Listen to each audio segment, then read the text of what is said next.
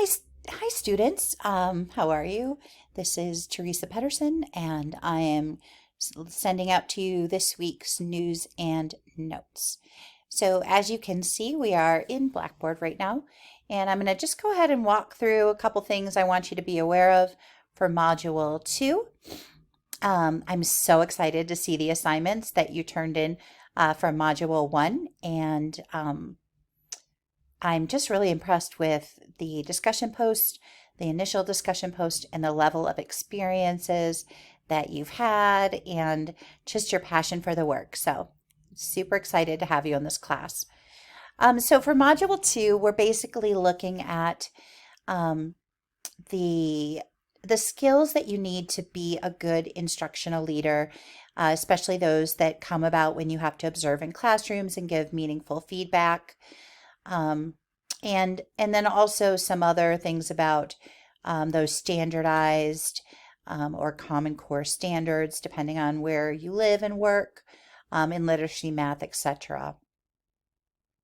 We'll be focusing on DeWitt again, and specifically student engagement and instructional strategies. So you'll see there's a very large and varied list of the required readings and resources. There are some really amazing ones there that I'm hoping you'll just love. They were all picked specifically to improve your practice. So please go and look through those. You'll find there's podcasts and videos and things to read. Also, don't forget that you will be working on your instructional leaders learning log, which here again is here.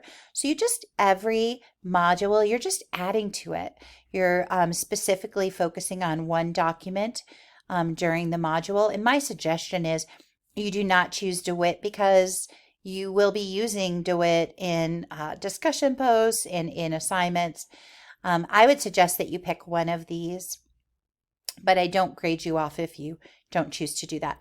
But the idea is you're creating a document that will give you 7 amazing resources that you really, addressed and reflected on. And you're going to summarize them. Then you're going to reflect on how that can improve your practice. And then for the third part, you actually find another resource that is similar to that resource or by the same author or connected to the same topic, just to expand your understanding. And you read through that or watch it or listen to it. And then you add a description in your learning log. So that's just something that goes on every week.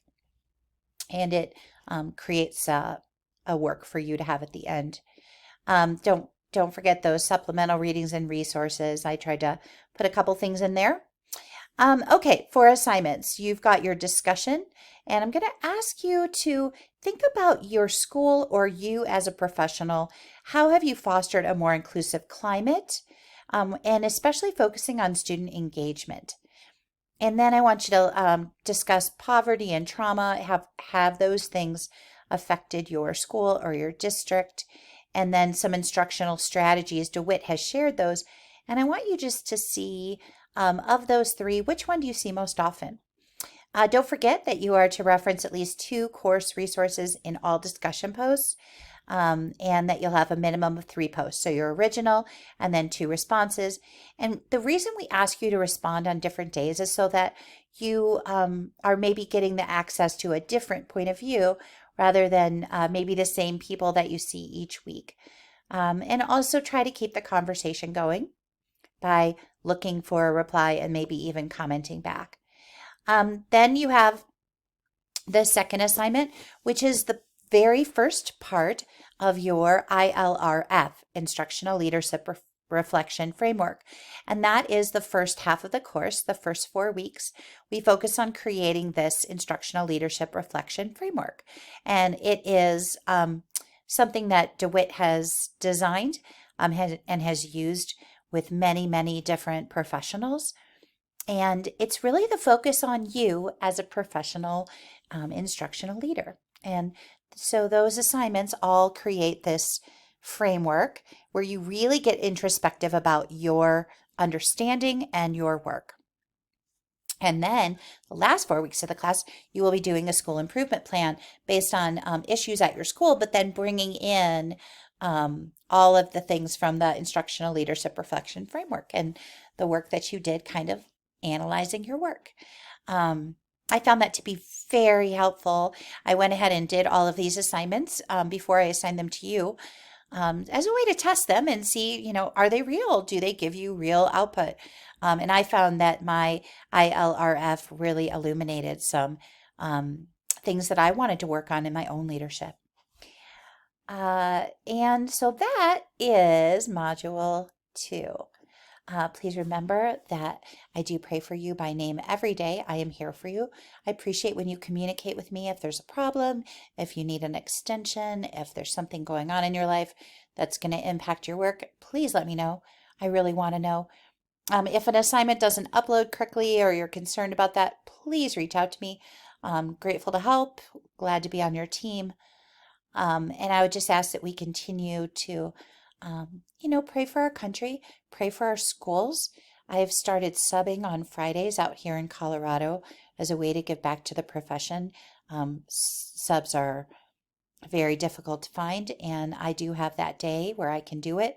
And I spent some time in a school this week, and it was kind of chaotic. And I just really, really loved on the kids as much as I could, offered to support to teachers I was able to interact with and to the principal. And, it just kind of broke my heart a little bit how many people were out being sick and how little preparation was left. And it just felt like somebody ran away in the middle of the night, which I'm sure is exactly how that teacher felt when they had to leave their classroom. So, that's it for the week of January 16th. Have a fantastic one.